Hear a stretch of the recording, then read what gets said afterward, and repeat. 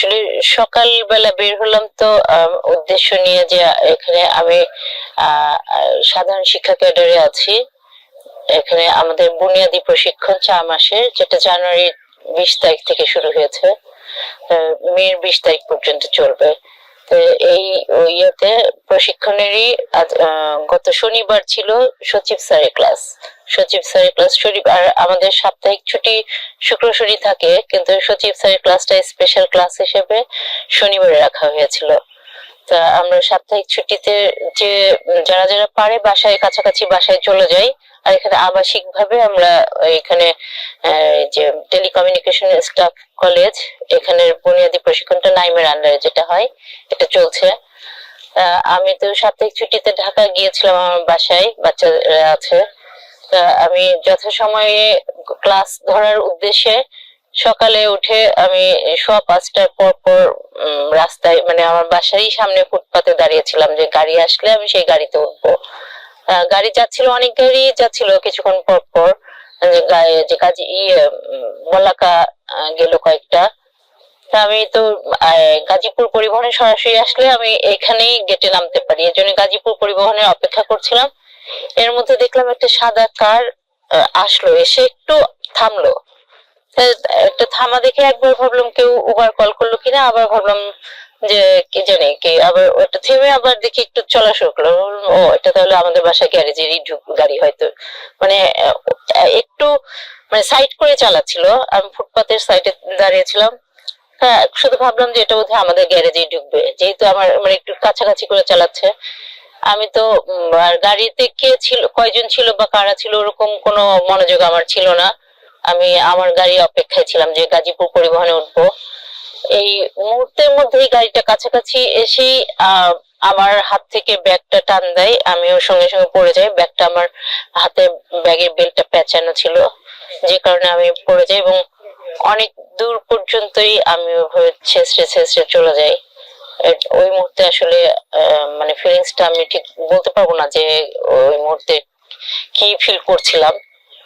তারপরে উঠলাম যখন, এটা আসলে আমি একাই উঠলাম নাকি কেউ ধরে উঠালো সেটাও আমি বলতে পারবো না। তারপরে উঠে এসে আমার শরীর খুব কাঁপছিল, কিন্তু আমার কাছে যেহেতু ফোন ব্যাগের মধ্যে আমার অনেক প্রয়োজনীয় জিনিস ছিল, আমার মোবাইল ফোনটা, যেখানে অনেক কিছু প্রয়োজনীয়, মানে এখানে ট্রেনিং সংক্রান্ত প্লাস আমার যাবতীয় তথ্য এখন সবাই মোবাইলেই রাখে, ওখানে মোবাইলের মধ্যে ছিল। তারপর আমার ব্যাংকের কার্ড গুলো ছিল, ড্রাইভিং লাইসেন্স ছিল, এগুলো সবকিছু মোবাইলে ছিল। আর আমাকে যেহেতু এখানে পৌঁছতেই হবে, এই জন্য আমি আসার উদ্দেশ্যে যে আমাকে সময় মতো এখানে আসতে হবে সেটাই শুধু আমার মাথায় ছিল, যে সচিব স্যারের ক্লাস এবং এখানে আসতেই হবে। এখানে ট্রেনিং সেন্টার মানেই হলো কঠিন নিয়মের মধ্যে আমাদের চলতে হয়, কিন্তু ইনফর্ম করলে সেটা সম্ভব হতো যে আমি আমার অবস্থাটা জানাতে, কিন্তু আমার কাছে কোনো ধরনের নাম্বার ছিল না কন্ট্যাক্ট করার মতো। এর জন্য আমি স্থানীয় যারা তখন বললো যে আপনি যেতে পারবেন না, আপনাকে একটা ট্রিটমেন্টের দরকার। আমি তখন টার্গেট ছিল যে আমি এখানে পৌঁছতে পারলে কর্তৃপক্ষ আমার ট্রিটমেন্টের ব্যবস্থা করে দিবে, কিন্তু আমার পৌঁছতে হবে। এই একটা এই নিয়ে মনোবল নিয়েই বলা যায়, যে ওই মনোবলে আমি ওই অবস্থায় আবার পরবর্তীতে গাজীপুরের গাড়ি পেয়ে সেই গাড়িতে উঠে পড়ি এবং আসি। আসার পরে কর্তৃপক্ষ জেনে ওনারা ট্রিটমেন্টের ব্যবস্থা করে, গাড়ি দিয়ে আমি সদর হাসপাতালে গিয়ে ট্রিটমেন্ট নিই। এবং এরপরও আমার যথেষ্ট খোঁজ খবর নিচ্ছে। আমি কয়েকদিন ক্লাসে ছিলাম না, আমি রেস্টেই ছিলাম। আমার রুমে এসেই হাজিরা নিয়ে গেছে অনেক সময়, এরকম অবস্থাতে ছিলাম। আজকে আমি বের হয়েছি, আমি একটু আজকে ড্রাইভিং প্রশিক্ষণও ছিল, আমি একটু এখানেও একটু পার্টিসিপেট করলাম। এই তো এখন শরীরটা আমার আছে আলহামদুলিল্লাহ ভালো, যদিও আমার পেটটাতে প্রচন্ড পেইন আছে, এখানে ছিলে গেছে, হাতেও অনেক জায়গায় ছিলে আছে। তা হতাশার বিষয় হলো আসলে এটা কাম্য না, যে সকালবেলা আমরা একটা উদ্দেশ্যে বের হলাম যে আমার সময় মতো আমার কর্মক্ষেত্রে পৌঁছতে হবে, আর সেখানে সকালবেলা ছিনতাইয়ের উদ্দেশ্যে কেউ বের হবে। এখানে আসলে আমাদের আমরা সবাই আসলে নিরাপত্তাহীনতাই ভুগি। নিরাপত্তার ব্যবস্থাটা একটু জোরালো হওয়া উচিত, মানে আইন শৃঙ্খলা বাহিনীকেও একটু তৎপর হওয়া দরকার। কারণ আমি তো যথেষ্ট অ্যাডাল্ট, আমার সাথে এটা হয়েছে, এটা ভয়ের বিষয়, প্লাস হচ্ছে কি একটা মানে এই অনাকাঙ্ক্ষিত বিষয়টা, যেমন আমার মেয়ে সেই ইউনিভার্সিটিতে যায় প্রতি সকালেই। এখন তো আমার টেনশন আরো বেড়ে গেল যে আমি বড় মানুষে আমি সেভ করতে পারি না, ও বাচ্চা সে কিভাবে যাবে। এরকম তো প্রতিটা মেয়ে বা পাবলিক সবারই জীবনটা অনিশ্চিত।